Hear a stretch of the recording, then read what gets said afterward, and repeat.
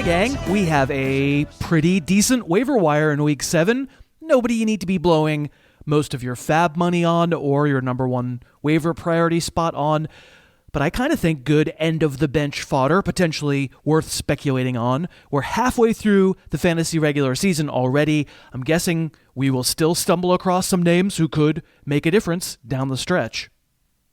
Now, as we do each week, we'll start with the shallower leagues, by which I do not mean the leagues where the people are shallow, just 10-team leagues where you have a lot of options on the waiver wire. These percentages represent ownership in Yahoo leagues. And is there anybody on this list who I think immediately rises to the level of instant starter in a shallow league?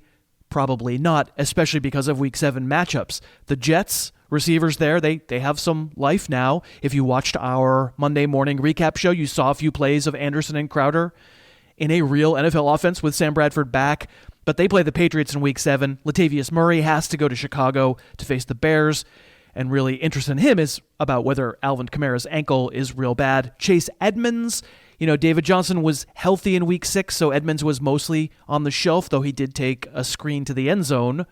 However, even in a shallow league now, Edmunds has risen to the level of handcuff. If you are a DJ owner, you should add Edmunds. And Phillip Dorsett, I don't know. We'll see if Josh Gordon can play Monday, but actually, I may like a lesser-owned Patriots receiver more. Stay tuned for that. We'll be back in a moment with some lesser-owned names.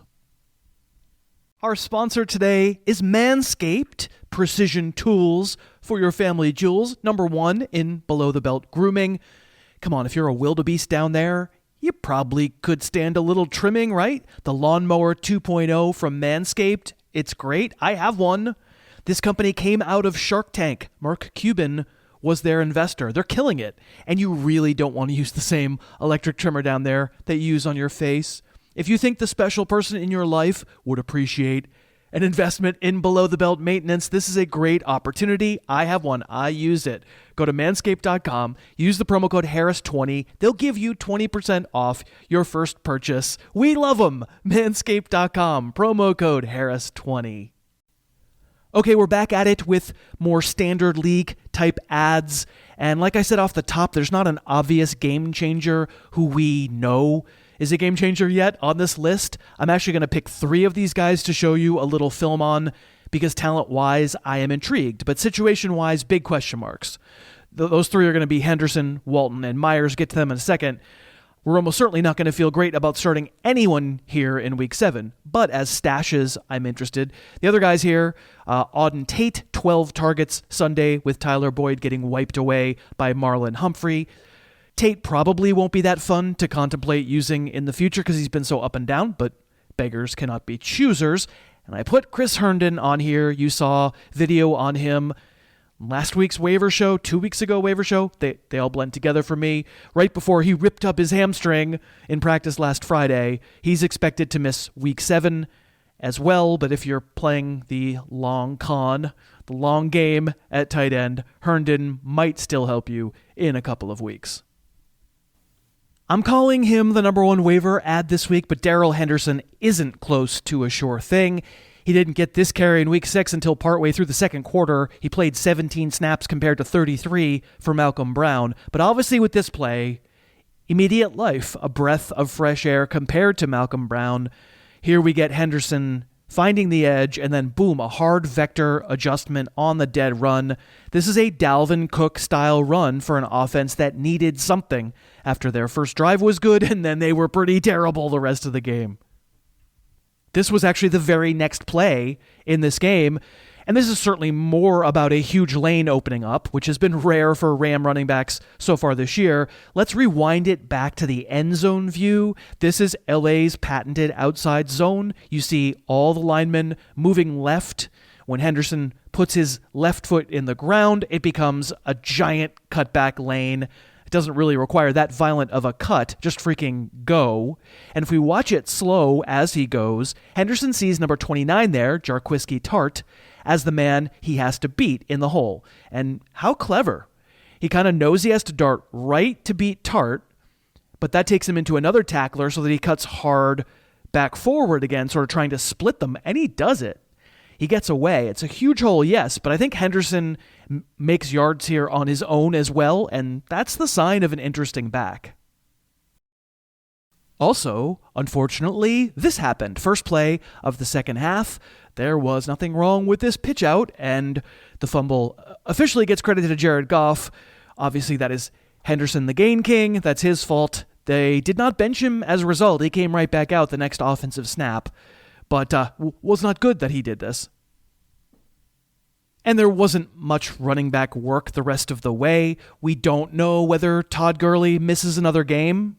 And if he's back week 7 against the Falcons, that is a tasty matchup for Gurley. But if Gurley is out again, and if he winds up being out for future games as well, having seen Henderson work, I am now pretty interested in stashing him. I'm not going to spend a ton of time on Dolphins running back Marc Walton because he's on the Dolphins, and I just don't think a happy fantasy owner who loves themselves, who wants to make a deep playoff run, should be relying on many Dolphins. But I liked this cutback, good vision, and that kind of is a hard bounce to the outside, good acceleration. What I saw Sunday with Walton is another one of those all-speed, no-power guys who probably don't wind up NFL starters by themselves, but they can turn into Phillip Lindsay, Matt Breida, that sort of platoon back, the speed version of the platoon. Walton played 26 snaps compared to 44 for Kenyon Drake. Right now, I'd probably still rather roster Drake. Walton was a super deep sleeper of mine this summer. I'm okay adding him in a deep league, and I'm going to have my eye out the next couple of weeks. Okay, and lastly, the rookie receiver Jacoby Myers from New England. This isn't anything special. It's a Phillip Dorsett special, except Dorsett was injured for Thursday's game against the Giants. Not making any sort of big deal about this completion. And this one won't set our blood boiling either, though it's the beginning of a case for what I think are some pretty good ball skills for a 6'2", 200-pound player, a rookie. Not the greatest throw of Tom Brady's career. It was a pair of other catches that got my attention with Jacoby Myers. This is an over route from the left slot to the deep right. And what we pay attention to here is it's a very nice snag as kind of the secondary or tertiary read on a play. And I think there are hands there and some savvy there, some instinct to say, okay, how can I not get this ball raked away by the defensive player? I think that's pretty good. And this was the best one, again, out of the left slot, sort of a wheel route up the left sideline that Brady throws back shoulder. And that's a good, clever catch to put it all together and to pick it off the turf down inside the 5.